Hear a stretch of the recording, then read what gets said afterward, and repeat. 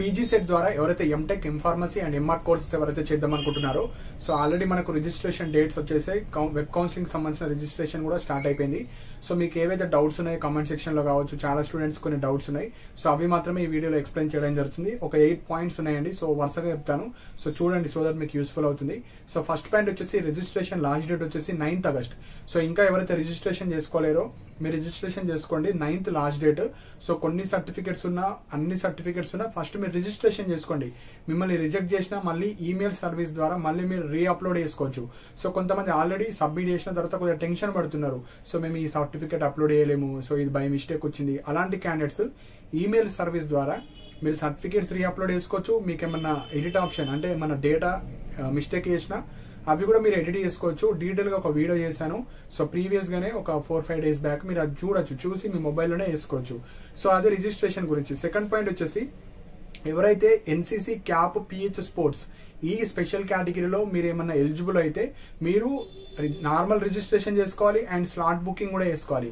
So slot booking ఏంటంటే మీకు physical verification ఉంటుంది. సో మీకంటూ సపరేట్ డేట్స్ ఇచ్చారు 6th to 11th August. So మీరు స్లాట్ బుకింగ్ అని మనకు వెబ్సైట్ లో ఉంటుంది. సో ఈ సర్టిఫికేట్స్ ఉన్న వాళ్ళు మీరు అందులో అప్లోడ్ చేసి మీరు క్లిక్ చేసిన తర్వాత మీకు ఒక సపరేట్ డేట్ అండ్ లొకేషన్ ఇస్తారు ఎక్కడికి వెళ్ళాలి. సో మీరు ఫిజికల్ వెరిఫికేషన్ వెళ్ళాలి, మీ యొక్క certificates originals and 2 sets of xerox అన్ని తీసుకొని వెళ్ళాలి. సో ఇక్కడ మెయిన్ గా మనకు online counselling centre PGRRCD Osmania university, అక్కడికి వెళ్ళి మీరు ఫిజికల్ వెరిఫై చేయాలి. అండ్ కొంతమంది ఈ సర్టిఫికేట్స్ ఉండి నాకు ఇంట్రెస్ట్ లేదు, వెళ్ళకపోయినా ఏం కాదు, వెళ్తే రిజర్వేషన్ వస్తుంది, వెళ్ళకపోతే రిజర్వేషన్ రాదు. మీకు నార్మల్ SC, ST, BC ఆ రిజర్వేషన్ వస్తుంది. ఈ రిజర్వేషన్ ఉన్న వాళ్ళకి ఇది కూడా ప్లస్ పాయింట్ అవుతుంది. సో ఉన్న వాళ్ళు యూటిలైజ్ చేసుకోండి. సో నెక్స్ట్ వచ్చేసి కొంతమంది మేము ఆల్రెడీ సబ్మిట్ చేసాం, 4 days అవుతుంది, 5 days అవుతుంది. సో మాకు ఇంకా సర్టిఫికేట్ వెరిఫికేషన్ అయితలేదు, ఓన్లీ మనకు సబ్మిటెడ్ కావచ్చు, వెరిఫైడ్ కావచ్చు, అవే వస్తున్నాయి అంటే టైం పడుతుంది. సో 4-5 days ఇంకా టైం పడుతుంది. ఎందుకంటే మనకు లాస్ట్ డేట్ వచ్చేసి 9th August. So 9th August night వరకు కావచ్చు, 10th August రోజు కూడా మనకు అప్రూవ్ చేస్తూ ఉంటారు. ఎందుకంటే చాలా మంది ఉంటారు, ఎంటెక్ వాళ్ళు ఉంటారు, ఎంఫార్మసీ వాళ్ళు ఉంటారు. సో అందరూ కంబైన్డ్ గా ఉంటారు కాబట్టి టైం పడుతుంది. సో ఇంకా 3-4 days అయితే టైం పడుతుంది. సో ఎవరికైతే 3 green ticks వచ్చిన వాళ్ళు ఉంటారు కదా, సబ్మిటెడ్, వెరిఫైడ్, అప్రూవ్డ్, 3 టిక్లు వచ్చిన వాళ్ళు కింద కమెంట్ సెక్షన్ లో మెన్షన్ చేయండి. వెరిఫైడ్ వచ్చిన వాళ్ళు కూడా కింద కమెంట్ సెక్షన్ లో మెన్షన్ చేయండి. సో ఎలిజిబుల్ లిస్ట్ ఏంటంటే 9th వరకు లాస్ట్ డేట్. సో 9th వరకు వాళ్ళు ఏదో ఒక డే వెరిఫై చేసి మీకు మీ స్టేటస్ చూసుకోవచ్చు, submitted, verified, approved. So suppose ఏమైనా సర్టిఫికేట్స్ మీరు అప్లోడ్ చేయకపోతే upload your CMM, upload your TC, upload your 10th class memo properly అని ఏదో ఒక మెసేజ్ వస్తుంది. ఆ మెసేజ్ వస్తే దానికి సంబంధించిన రిలవెంట్ డాక్యుమెంట్ అప్లోడ్ చేస్తే మీకు సక్సెస్ చేస్తారు, అంటే ఈ కౌన్సిలింగ్ లో పార్టిసిపేట్ చేయడానికి ఎలిజిబుల్ చేస్తారు, లేకపోతే రిజెక్ట్ చేస్తారు. సో అవి మీరు చూసుకోవచ్చు. రెగ్యులర్ గా ఎవ్రీడే 2-3 times చెక్ చేస్తూ ఉండండి. సో ఏమన్నా వాళ్ళ నుంచి మెసేజ్ వచ్చిందా, లేకుంటే ఏమన్నా ప్రాబ్లమ్స్ ఉన్నాయి సర్టిఫికేట్లు అని చూసుకోవచ్చు. సో ఎలిజిబుల్ లిస్ట్ వచ్చేసి 10th August రోజు వస్తుంది. ఎలిజిబుల్ లిస్ట్ అంటే జస్ట్ ఒక లింక్ ఇస్తారు. ఆ లింక్ లో జస్ట్ మీ హాల్ టికెట్ నెంబర్ ఎంటర్ చేస్తే you're eligible for web option అని వస్తుంది. సో అందులో మీ నేమ్, మీరు బీటెక్ కావచ్చు, బీ ఫార్మసీ, స్పెషలైజేషన్, మీ కేటగిరీ, మీ ఇన్కమ్ సర్టిఫికేట్ ప్రాపర్ గా అప్లోడ్ చేస్తారా లేదా, లోవర్ వస్తే ఫీజు రియంబర్స్మెంట్ వస్తుంది, హయ్యర్ వస్తే ఇన్కమ్ సర్టిఫికేట్ అప్లోడ్ చేసి హయ్యర్ వస్తే రీఅప్లోడ్ చేయాలి, మళ్ళీ రీఅప్లోడ్ చేయాలి. 2025 ఇన్కమే వ్యాలిడ్. అండ్ అది కూడా పీజీ సెట్ ద్వారా చేద్దాం అనుకున్న వాళ్ళకి ఫీజు రియంబర్స్మెంట్. గేట్, జీపేట్ వాళ్ళకు మీకు స్టైపెండ్ వస్తుంది కాబట్టి ఎలాంటి ఫీజు రియంబర్స్మెంట్ రాదు. సో ఇది మనకు ఎలిజిబుల్ లిస్ట్ వాటి గురించి. సో నెక్స్ట్ ఎవరైతే you're eligible for web options వచ్చిన వాళ్ళు, మీకు వెబ్ ఆప్షన్స్ వచ్చేసి 11th to 12th August.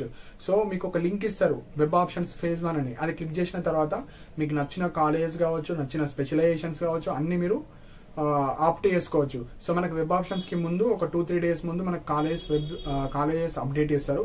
అవి డౌన్లోడ్ చేసుకొని ఒక లిస్ట్ ప్రిపేర్ చేసుకొని మీరు వెబ్ ఆప్షన్స్ పెట్టుకోవచ్చు. సో వెబ్ ఆప్షన్స్ పెట్టుకున్న తర్వాత మీ ర్యాంక్, కేటగిరీ ఆధారంగా మీరు ఎన్ని వెబ్ ఆప్షన్స్ పెట్టారు మీకు ఒక సీట్ ఇస్తారు. సీట్ వస్తుంది, సీట్ అలాట్మెంట్. ఒక 3-4 days టైం ఇస్తారు. మీరు ఆన్లైన్ లో పేమెంట్ చేయాలి, ఆన్లైన్ లో ట్యూషన్ ఫీజు, కాలేజ్కి వెళ్ళి రిపోర్ట్ చేయాలి. సో ఇక్కడ 2 stages. మీకు కాలేజ్ నచ్చితే ఆన్లైన్ లో సెల్ఫ్ రిపోర్ట్ చేయాలి, కాలేజ్ నచ్చకపోతే ఫేస్ 2 లో పార్టిసిపేట్ చేయాలి. సో ఇది కూడా నాకు సీట్ కావాలి అనుకుంటే పే చేసి కాలేజీలో జాయిన్ అయ్యి మళ్ళీ ఫేజ్ 2 లో పార్టిసిపేట్ చేయొచ్చు. ఫేజ్ 2 లో ఎట్లా పెట్టాలి వెబ్ ఆప్షన్స్, దీనికన్నా బెటర్ కాలేజ్ మాత్రమే పెట్టాలి. సో ఎగ్జాంపుల్ ఒక క్యాండిడేట్ ఉన్నాడు, అతనికి CBIT వచ్చింది. అతను ఏమనుకుంటారు, ఉస్మానియా JNT వస్తే బాగుంటుంది అనుకుంటారు ఎవరైనా. సో అతను ఏం చేయాలి, ఉస్మానియా JNT పెట్టాలి. ఉస్మానియా JNT లో సీట్ వేకెన్సీ ఉంటే, సపోజ్ JNT వచ్చింది, సిబిఐటి ఆటోమేటిక్గా డిలీట్ అయిపోతుంది. మళ్ళీ నేను సిబిఐటి పోతా అంటే కుదరదు. సపోజ్ జేఎన్టీ ఉస్మానియాలో సీట్ వేకెన్సీ లేదు, ఈ సిబిఐటి ఉంటుంది. సో వస్తే కొత్త కాలేజ్ వస్తుంది, లేదంటే పాత కాలేజ్ ఉంటుంది, ఏదో ఒక కాలేజే ఉంటుంది.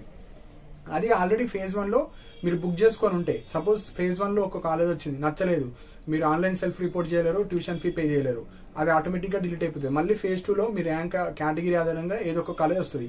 సో ఈ విధంగా మనకు సీట్ అలాట్మెంట్ కావచ్చు, అవన్నీ ఉంటాయి. సో అవి అప్కమింగ్ వీడియోలో డీటెయిల్గా ఎక్స్ప్లెయిన్ చేస్తాను. ఒకటే పాయింట్ ఏంటంటే, సర్టిఫికేట్స్ ఆల్రెడీ అప్లోడ్ చేసిన వాళ్ళు మీరు certificate verification status submitted, verify అయినా లేవా, అప్రూవ్ అయినా లేవా రెగ్యులర్గా ఎవ్రీడే 2-3 టైమ్స్ చెక్ చేస్తూ ఉండండి. సో ఎవరికైనా అప్రూవ్డ్ కూడా అయితే కింద మెన్షన్ చేయండి అప్రూవ్డ్ అయిందని. సో రేపు అవ్వచ్చు, ఎల్లుండి అవ్వచ్చు, 9th వరకు ఎప్పుడన్నా అవ్వచ్చు. అండ్ ఏమైనా మిస్టేక్స్ ఉన్నా, మీకు ఏమన్నా డౌట్స్ ఉన్నా మీరు ఈమెయిల్ సర్వీస్ ద్వారానే చేయాలి. డౌట్స్ ఉన్న ఈమెయిల్ సర్వీసే, సర్టిఫికేట్స్ రీఅప్లోడ్ అయినా ఈమెయిల్ సర్వీసే. సో ఏ సర్టిఫికేట్స్ లేకపోయినా కోర్స్ కంప్లీషన్ కావచ్చు, కస్టోడియన్ అయితే మీ సర్టిఫికేట్స్ కాలేజీలో ఉన్నట్టు ప్రూఫ్, కోర్స్ కంప్లీషన్ అంటే మీరు ఆ కాలేజీలో చదివి పాస్ అయినట్టు. సో అవి అయితే తెచ్చుకొని పెట్టుకోండి. మిగతా సర్టిఫికేట్స్ ఫీజు రియంబర్స్మెంట్ ఇవ్వకపోయినా మీరు ఉన్న సర్టిఫికేట్స్తో అయితే అప్లోడ్ చేయండి. సో సీట్ అలాట్మెంట్ తర్వాత చూడొచ్చు. ఫస్ట్ అయితే మీరు ఇందులో సక్సెస్ అవ్వాలి, ఈ సర్టిఫికేట్ వెరిఫికేషన్లో, దాని తర్వాతనే కాలేజ్ రిపోర్టింగ్ అవ్వచ్చు అవన్నీ. సో ఇవి ఇంపార్టెంట్ పాయింట్స్ అండి. సో మీకు ఏమైనా డౌట్స్ ఉంటే కింద కామెంట్ సెక్షన్లో మెన్షన్ చేయండి. అండ్ ఇలాంటి అప్డేట్స్ కోసం మన ఛానల్ని సబ్స్క్రైబ్ చేసుకోండి. And thank you for watching my video.